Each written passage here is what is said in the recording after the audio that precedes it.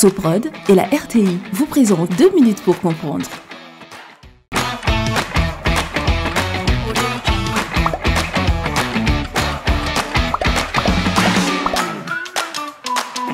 Bonjour, bienvenue dans 2 minutes pour comprendre, votre capsule quotidienne qui vous aide à comprendre comment fonctionne le monde qui nous entoure.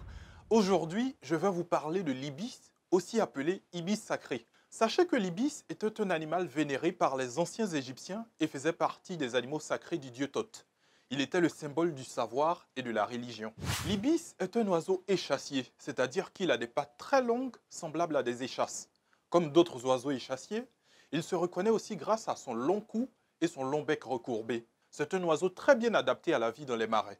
Ses longues pattes lui permettent de marcher dans les marécages en enjambant les plantes et son long cou et son long bec lui permettent d'attraper ses proies dans la vase. Son plumage est blanc à l'exception de l'extrémité des ailes et du bas du dos de couleur noire.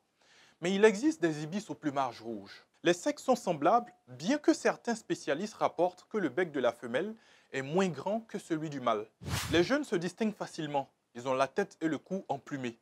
Ils ne perdent progressivement ces plumes qu'entre l'âge de 2 à 3 ans. Il existe plusieurs espèces d'ibis qui vivent principalement en Afrique, en Amérique et en Asie. Les ibis se regroupent pour pouvoir passer la nuit dans un même lieu. Ces dortoirs nocturnes peuvent atteindre plusieurs centaines d'oiseaux. Ils se situent sur des îles dans des rivières ou près du littoral, en général sur des arbres. Ils s'installent parfois dans des villages. Les sites des dortoirs changent souvent. Seuls quelques sites sont utilisés tout au long de l'année. Les ibis recherchent leur proie à vue en piquant les insectes et autres animaux à la surface de l'eau ou sur les terrains secs, ou bien ils fouillent la vase ou les terrains meubles de son bec fort et recourbé. Je vous donne rendez-vous demain à la même heure pour un nouveau numéro de 2 minutes pour comprendre. Soprod et la RTI vous ont présenté 2 minutes pour comprendre.